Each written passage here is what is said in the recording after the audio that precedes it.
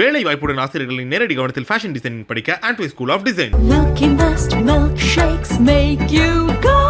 பனி விழும் மலர் திங்கள் முதல் வெள்ளி வரை மாலை 6 மணி உங்கள் Vijay. when it comes to investment emotion தான் நம்மளுடைய மிகப்பெரிய எதிரி. 6 to 7% வரையும் பேங்க்ல ஒரு 1 இயருக்கான ரிட்டர்ன் கொடுக்குறாங்க. அதே சமயத்தில் நம்ம இன்வெஸ்ட் பண்ணக்கூடிய மியூச்சுவல் ஃபண்டில் நமக்கு எல்லாரும் என்ன சொல்லுவாங்கன்னா கடன் வாங்கக்கூடாது, கடன் ரொம்ப கெடுதல். ரிலையன்ஸ் இண்டஸ்ட்ரீஸுடைய மொத்த மதிப்பு 20 லட்சம் கோடி. ஸோ 20 லட்சம் கோடி அவன் கடனே வாங்கலை அப்படின்னதுன்னா, அதாவது பிளாட்டு வாங்கி வீடு கட்டினாலும் அப்பார்ட்மெண்ட் வாங்கி கட்டினாலும் இந்த ரெண்டுத்துக்குமே நான் என்னுடைய சஜஷன் என்ன அப்படின்னதுன்னா, ஒரு வீடு வாங்கினோன்னா அது கடன் இருக்குப்பா, அது எப்படியாவது அடைச்சி முடிச்சிடணும் ஒரு 5 வருஷத்துல 10 வருஷத்துல அப்படின்னு தான் நினைப்பாங்க. அது வணக்கம் சார். வணக்கம். சமீபத்துல பார்த்த காணொலியில ஒருத்தர் சொல்லிருக்காரு, ஹோம் லோன் எடுத்துட்டு மியூச்சுவல் ஃபண்ட்ல அமௌண்ட்டை இன்வெஸ்ட் பண்ணா சொந்த வீடு கட்டிக்கலாம், நிறைய பெனிஃபிட்ஸ் இருக்குன்னு சொல்றாங்க. இது சாத்தியமா? சாத்தியமா அப்படின்னு பார்த்தீங்கன்னா சாத்தியம். அது எப்படி சாத்தியம் அப்படிங்கிறத நம்ம பார்க்கலாம். இப்போ நமக்கு ஹோம் லோன் இன்னைக்கு கிடைக்கக்கூடிய இன்ட்ரெஸ்ட் ரேட் பார்த்தீங்கன்னா ஒரு 8 to 9% வரையும் ஹோம் லோனுடைய இன்ட்ரெஸ்ட் ரேட் இருக்குது. சரி, நான் 9 மேக்ஸிமம் எடுத்துக்கிறேன். இந்த ஹோம் லோனுடைய இந்த 8, 9 அப்படிங்கிறது எப்படி டிட்டர்மின் ஆகும் அப்படின்னா, நம்ம பேங்க்கில் பணம் போடும்போது நமக்கு பேங்க்கில் எவ்வளோ ரிட்டர்ன் கொடுக்குறாங்க. ஸோ இன்றைக்கி பேங்க்கில் 6 to 7% வரையும் பேங்க்கில் ஒரு 1 இயருக்கான ரிட்டர்ன் கொடுக்குறாங்க. ஸோ 7% ஒரு கஸ்டமர்கிட்டருந்து பேங்க் பணத்தை வாங்கி அந்த மணியை என்ன பண்ணுறாங்கன்னா, அவங்க இன் டேர்ம்ஸ் ஆஃப் லோன், நிறைய லோன் இருக்குது. இப்போ ஹவுசிங் லோனாக இருக்கலாம், எஜுகேஷன் லோனாக இருக்கலாம், அப்புறம் கார் லோனு, இந்த மாதிரி நிறைய லோன் இருக்குது. அதுக்கப்புறம் கார்ப்பரேட்டுக்கு கொடுக்கக்கூடிய லோன், இந்த மாதிரி நிறைய. பேங்க் எப்படி ஒர்க் ஆகுதுன்னா, நம்ம காமன் மேன்ட்டேருந்து ஒரு பணத்தை வாங்குறாங்க, அதுக்கு ஒரு இன்ட்ரெஸ்ட் கொடுக்குறாங்க, அந்த இன்ட்ரெஸ்ட்டை வேறு அதிகமாக இன்னொருத்தட்ட கொடுக்குறாங்க. இது இரண்டுத்துக்கும் இடைப்பட்ட வட்டி விகிதம் இருக்கு இல்லையா, அதுதான் மெயினாக பேங்க்குக்கு வரக்கூடிய ரிட்டர்ன். நிறைய இருக்குது, பட் இது major source of income for the bank. Okay, இப்போ 9%ங்கிறது சில பேர் சொல்லுவாங்க, சார் இப்போயே 9% ஆகிடுச்சு, நாளைக்கு 10, 11 ஆகிடும். 10, 11 கண்டிப்பாக ஆகாது. ஏன் ஆகாது அப்படின்னதுன்னா, இந்தியா ஒரு எமர்ஜிங் கண்ட்ரி. ஸோ எமர்ஜிங் கண்ட்ரியில் பார்த்தோன்னா நாளுக்கு நாள் நமக்கு கிடைக்கக்கூடிய இன்ட்ரெஸ்ட் கம்மியாக தான் இருக்கும். யூஎஸில் இப்போ தான் இன்ஃப்ளேஷன்லாம் கொஞ்சம் இன்க்ரீஸ் ஆகிருக்கு. பட் அதர் தென் தட் யூஎஸில் ஒரு 2% தான் இன்ஃப்ளேஷன். பேங்க்கில் போட்டிங்கன்னா அங்கே 1.5%, 2% தான் அங்கே நமக்கு கிடைக்கக்கூடிய விஷயம். ஸோ நம்மளுடைய ரிட்டர்னும் பார்த்திங்கன்னா கம்மியாக தான் இருக்கும். இதே இது நான் சொன்னேன் முன்னாடி ஒரு வீடியோவில் சொன்னேன், 2000வது வருஷத்தில் நமக்கு 13-14% வரையும் பேங்க்லேயே போட்டிருந்தாலே ஃபிக்ஸட் டெபாசிட்லேயே கிடச்சிதும் போது அன்றைக்கி ஹவுசிங் லோன் கூட தான் இருக்கும். ஸோ இனிமேல் அதுலேருந்து பார்த்திங்கன்னா கிராஜுவலாக இறங்கிட்டே இருக்க வழியே இனிமேல் டபுள் டிஜிட் ரிட்டர்ன் டெஃபினட்டாக நம்ம எதிர்பார்க்கவே முடியாது. ஸோ இதுதான் பேஸ். அப்போ இந்த 9% இன்னும் கீழே குறையிறதுக்கான சான்சஸ் நிறைய in the next 20 years. So this is number 1. Number 2 பார்த்தோன்னா, ஹோம் லோன் அப்படிங்கிறது மினிமம் ஒரு 15 வருஷத்துலேருந்து இன்றைக்கி 30 வருஷம் வரையும், சில பேர் 35 கூட சொல்கிறாங்க. பட் ஜென்ரலி பார்த்தீங்கன்னா 15 to 30 years அந்த ஸ்ப்ரெட் இருக்குது. ஓகே, இப்போ நம்ம என்ன பண்ணுறோன்னா, நம்ம we are taking advantage of the interest rate difference. So நமக்கு ஹோம் லோனில் 9%ல் நமக்கு ஹோம் லோன் கிடைக்கிது. அதே சமயத்தில் நம்ம இன்வெஸ்ட் பண்ணக்கூடிய மியூச்சுவல் ஃபண்டில் நமக்கு 15% வரையும் கிடைக்கிறது. ஸோ இந்த 6%ங்கிறது பார்த்திங்கன்னா it is very very big number in the long run.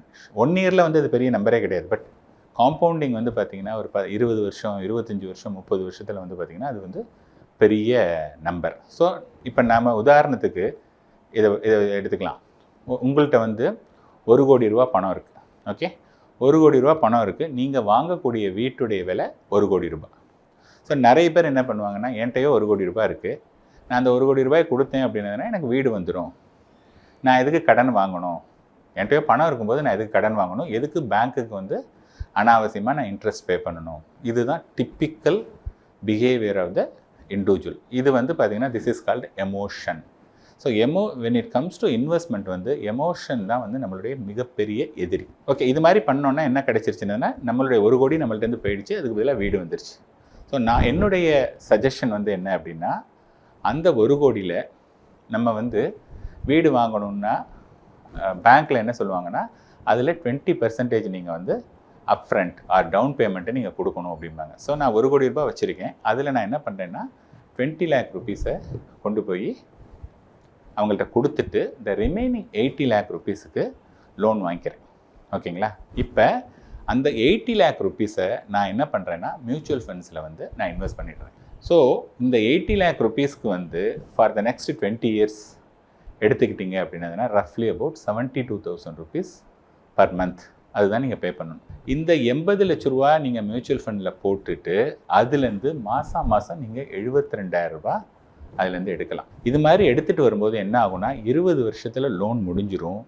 அந்த 80 லட்ச ரூபா வந்து 1 கோடி ரூபாய்க்கு மேலே வந்துடும். அப்போ என்னென்னா இந்த மாதிரி பண்ணும்போது நமக்கு என்ன ஆயிடுச்சுன்னா இப்போ வந்து இந்த கேஸில் வந்து என்ன ஆச்சுன்னா 20 வருஷம் கழிச்சு வீடு ஆல்ரெடி சொந்தம் தான், நமக்கு வீடும் கிடச்சிருச்சு. நம்ம முன்னாடி அந்த 1 கோடி கொடுத்தோம் பார்த்தீங்களா, அந்த 1 கோடி நமக்கு வந்துருச்சு. ப்ராபப்ளி அந்த மணியை நம்ம வந்து ஒரு ரிட்டையர்மெண்ட்டு கூட இது பண்ணலாம். பட் இதில் வந்து நீங்கள் என்ன கவனிக்கணும் அப்படின்னதுன்னா இன்பிட்வீன் வந்து பார்த்தோன்னா there can be a fluctuation. அந்த ஃப்ளக்சுவேஷன்லாம் வந்து கவலையே பட வேண்டாம், because it is a 20 years.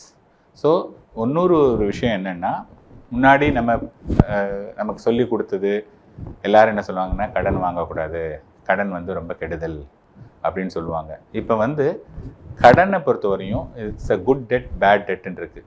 நம்ம கடனை வாங்கி இப்போ வந்து ஃபார் எக்ஸாம்பிள் நான் ஒரு 20,000 ரூபா தான் சம்பாதிக்கிறேன் அப்படிங்கும்போது நான் வந்து ஒரு ஐஃபோன் மேக்ஸ் ப்ரோ 1.5 லட்ச ரூபா அப்படிங்கிறதுக்கு வந்து யாரோ 4,000 ரூபாயோ 5,000 ரூபாயோ இஎம்ஐ கொடுக்குறோம் அப்படின்னு சொல்லிட்டு ஒரு 3 வருஷத்துக்கு அதை வாங்கி பண்ணுறது வந்து that is a bad debt. அதுக்கு நாங்கள் என்றைக்குமே சஜஸ்ட் பண்ணுறதே இல்லை. அதே சமயத்தில் வந்து this is called good debt. இந்த டெட்டு வர்றதுனால உங்களுக்கு எந்த விதமான ப்ராப்ளமும் கிடையாது. இன்றைக்கி வந்து பார்த்தீங்கன்னா ஒவ்வொரு பிஸ்னஸ் மேனும் எப்படி பணம் பண்ணுறாங்க. இன்றைக்கி நான் சொன்னேன் ரிலையன்ஸ் இண்டஸ்ட்ரீஸுடைய மொத்த மதிப்பு வந்து 20 லட்சம் கோடி. ஸோ 20 லட்சம் கோடி அவன் கடனே வாங்கலை அப்படின்னதுன்னா இவ்வளோ தூரம் வந்திருக்க முடியுமா? Obviously not. ஸோ கடன் தப்பு கிடையாது. ஐம் நாட் சேயிங் எல்லாரையும் போய் கடனை வாங்கன்னு நான் சொல்லலை. கடன்கிறத வந்து இது தப்புங்கிற கண்ணோட்டத்தில் பார்க்காதீங்க. எகைன் இதை மாதிரி சொன்னோன்னா நிறைய பேர் ஒரு பேட் கமெண்ட்ஸ் தான் சொல்லுவாங்க. ஏன்னா அவங்களுக்கு வந்து புரியலை. ஸோ புரியலை அப்படின்னதுன்னா யாரோ ஒருத்தர் சொல்கிறாங்க நமக்கு ஒரு விஷயம் புரியலைன்னா சார் நீங்கள் வந்து சொல்கிறது இதுவரை நான் கேட்ட மாதிரி இல்லை, ஸோ நீங்கள் டிஃப்ரெண்ட்டாக சொல்கிறீங்க, அதை கேன் யூ எக்ஸ்பிளைன் அப்படின்னதுன்னா நீங்கள் தெளிவு பெற்று நீங்கள் பெட்டராக இது பண்ணலாம். அதை விட்டுட்டு கண்ணா அப்படின்னான்னு திட்டுறதுக்கும் you have a freedom to scold me like anything. அதனால I am not the loser, you are the loser. So நீங்கள் வந்து இந்த ரெண்டுத்துக்கும் உள்ள டிஃப்ரென்ஸ் வந்து 6-7% இருக்கிறதுனால மியூச்சுவல் ஃபண்டில் இது மாதிரி நம்ம பண்ணும்போது high probability you will get the home லோனை அப்படியே திரும்பி வந்துடலாம். ஆர் அட்லீஸ்ட் வந்து ஈவன் ஒஸ்ட் சினாரியோவில் ஒரு 90% கிட்ட வரதுக்கான சான்சஸ் இருக்குது. ஸோ டெஃபினட்டாக என்கிட்ட வந்து நீங்கள் சஜஷன்னு கேட்டிங்க அப்படின்னதுன்னா நான் இதை வந்து நிறைய பேருக்கு சஜஸ்ட் பண்ணுறேன். என்னுடைய ஹோம் லோனை நான் இதுவரையும் அடைக்கவே இல்லை. அது மட்டும் போயிட்டுருக்காது. அடைக்கிறதுக்கு வந்து எனக்கு it will not take a minute. But வந்து என்னத்துக்காக சம்படி இஸ் ஆஃபரிங் 8% 9% கொடுக்குறாங்க, என்னோடய இன்வெஸ்ட்மெண்ட் வந்து 15% மேலே ரிட்டர்ன் கொடுக்குது அப்படின்னதுன்னா அதை அடைக்கணுங்கிற அவசியம் கிடையாது. சென்னை, பெங்களூர் போன்ற நகராட்சியில பிளாட் வாங்கி வீடு கட்டலாமா இல்ல அபார்ட்மெண்ட்ஸ் மாதிரி வாங்கலாமா? இதுல எது எக்கனாமிக் பெனிஃபிட்ஸா இருக்கும்? சரி, இது வந்து பார்த்தீங்கன்னா இது இண்டிவிஜுவல் சாய்ஸ். ஓகே, இப்போ சில பேர் வந்து என்ன சொல்லுவாங்கன்னா எலி விலையானாலும் தனி விலையாக இருக்கணும், எனக்கு வந்து இண்டிவிஜுவலாக தான் இருக்கணும் அப்படின்ட்டு சில பேருடைய விருப்பங்கள். சில பேர் வந்து என்ன பண்ணுறாங்கன்னா இல்லை எனக்கு வந்து ஒரு கம்யூனிட்டி இருக்கணும், ஸோ தட் வந்து என்னென்னா எனக்கு ஒரே ஒரு பையன் தான் இருக்கான், அவனுக்கு வந்து சிப்ளிங்ஸ்லாம் இல்லை அப்படிங்கும்போது நான் வந்து ஓடி ஆடி விளையாடுறதுக்கு அல்லது நாங்கள் வந்து எதை பற்றியும் கவலைப்பட வேண்டாம் அப்படிங்கும்போது எனக்கு அது இருக்குது. அதை தவிர நிறைய ஆக்சஸ் பண்ணலாம். நான் வந்து ஒரு ஜிம்முக்கு வந்து வெளியில் போகணுங்கிற அவசியம் கிடையாது, ஒரு ஸ்விம்மிங் போகலாம் அல்லது வாக் உள்ளுக்குள்ளேயே போகலாம். இந்த மாதிரியான ஒரு ஃபெசிலிட்டிஸ் இருக்குது. சப்போஸ் ஏதாவது பவர் போச்சுன்னதுன்னா பின்னாடி ஓடணும், இங்கே வந்து somebody is taking care of all those things. So அதுக்கு வந்து எனக்கு பெட்டராக இருக்குது அப்படின்னு சொல்லிட்டு இருக்காங்க. அதனால் இதை பொறுத்தவரை இது ரைட்டாக தப்பா அப்படிங்கிறத விட நமக்கு வந்து எது பிடிச்சிருக்கு, உங்களுக்கு என்ன பிடிச்சிருக்கோ அது வந்து டெஃபினட்டாக பண்ணலாம். இப்போ வந்து இடம் வாங்கும்போது என்ன ஒரு சேலஞ்ச் என்னதுன்னா இந்த பிளாட் வந்து நீங்கள் எங்கேயோ ஒரு இடத்துல வாங்கும்போது நம்ம அதை ரெகுலராக மானிட்டர் பண்ணாததுனால யாராவது ஒருத்தர் வந்து அது என்னுடைய பிளாட்டு தான் அப்படின்னு சொல்லி சொந்தம் கொண்டாடுறதோ அல்லது நம்ம போய் ஒழுங்காக பார்க்கலன்னா அவன் வீடு கட்டிட்டு அவன் கிரகப்பிரவேசமே பண்ணுறது கூட சான்சஸ் இருக்குது. ஓகேங்களா? இது வந்து இதெல்லாம் இருக்கக்கூடிய நான் இப்போ வந்து இது ரைட்டு இது தப்புன்னே நான் சொல்லலை.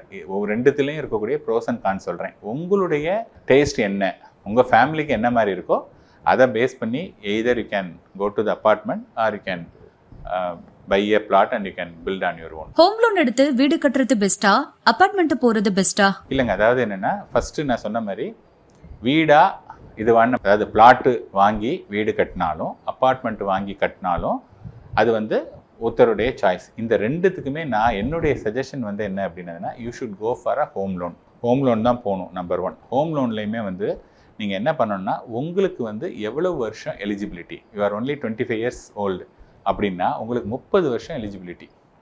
நம்ம வந்து ஐயோ 30 வருஷம்னா நான் பேங்க்குக்கு நான் வாங்கின காசை விட அதிகமாக பே பண்ணுறேன் அப்படின்னு நினைக்கிறத விட இன்றைக்கும் 10,000 ரூபா தான் கட்டுறீங்க, 30வது வருஷமும் 10,000 தான் கட்டுறீங்க. அப்போ 30 வருஷம் கழிச்சு இந்த 10,000 ரூபாய்க்கு வேல்யூவே கிடையாது. அதனால் don't look at the absolute number what you are paying. So first and foremost வந்து மேக்ஸிமம் டியூரேஷன் நீங்கள் எலிஜிபிளோ அதை தான் நீங்கள் எடுக்கணும். நம்பர் 1. நம்பர் 2 வந்து என்னென்னு பார்த்தீங்கன்னா, மினிமம் டவுன் பேமெண்ட்டு பே பண்ணணும். 20% தான் மினிமம் டவுன் பேமெண்ட். இல்லை நாங்கள் வந்து இன்ட்ரெஸ்ட்டை குறைச்சிக்கணும் அப்படின்னு சொல்லிட்டு இருக்கிற மியூச்சுவல் ஃபண்ட்லேருந்து பணத்தை எடுக்கிறது, அல்லது ஃப்ரெண்டுகிட்டேருந்து மாமனார் மாமியார் இவங்கள்ட்டேருந்து பணத்தை வாங்குறது, எல்லாத்தையும் வாங்கி போட்டு 40-50% போட்டு 50% மட்டும் லோன் போகிறதுங்கிறது தவறான அணுகுமுறை. ஏன் அப்படின்னா, முன்னாடியே சொன்ன மாதிரி அதில் நம்ம மினிமத்தை மட்டும் கட்டினோன்னா 8% தான் கட்டுறோம். அந்த ரிமைனிங் மணி அங்கே கட்டுறதுக்கு பதிலாக மியூச்சுவல் ஃபண்டில் போட்டிங்கன்னா கிட்ட பெட்டர் ரிட்டர்ன். இது வந்து செகண்ட். தேர்டு வந்து பார்த்தீங்கன்னா, நிறைய பேர் என்ன நினைப்பாங்கன்னா, ஒரு வீடு வாங்கினோன்னா அது கடன் இருக்குப்பா, அது எப்படியாவது அடைச்சி முடிச்சிடணும் ஒரு 5 வருஷத்தில் 10 வருஷத்தில் அப்படின்னு தான் நினைப்பாங்க. அது பண்ணக்கூடாது. எவ்வளவு டென்யூரோ அது வரையும் நீங்கள் போடுங்க. இப்போ என்ன பிரச்சனைனா, 10 வருஷத்தில் நீங்கள் முடிச்சிட்டிங்க அப்படின்னா அப்புறம் என்ன ஆகும், உங்களுக்கு கையெல்லாம் அரிக்கும், என்னடா அதை முடிச்சிட்டோமே அப்படின்ட்டு திருப்பி இன்னொரு வீடு வாங்கலாமா அப்படிங்கிற மாதிரியான ஒரு எண்ணம் வரும். அது it doesn't make sense. So நீங்கள் வந்து ப்ரீபே பண்ணக்கூடாது. மேக்ஸிமம் லோனுக்கு வந்து நீங்கள் போகணும், மேக்ஸிமம் டென்யூருக்கு போகணும். இந்த 3த்தையும் யாருமே ஃபாலோ பண்ண மாட்டாங்க. அதனால தான் அவங்க சஃபர் ஆகிறாங்க. இந்த 3ல் 1 or 2 ஃபாலோ பண்ணிங்கன்னா you can definitely make money from the இன்வெஸ்ட்மெண்ட்லேருந்தே பண்ண முடியும். Thank you sir. நன்றி. வேலை வாய்ப்புடன் ஆசிரியர்களின் நேரடி கவனத்தில் ஃபேஷன் டிசைன் படிக்க Andway School of Design. Milky Mist milkshakes make you go. பனி விழும் மலர் திங்கள் முதல் வெள்ளி வரை மாலை 6 மணி. உங்கள் விஜய்.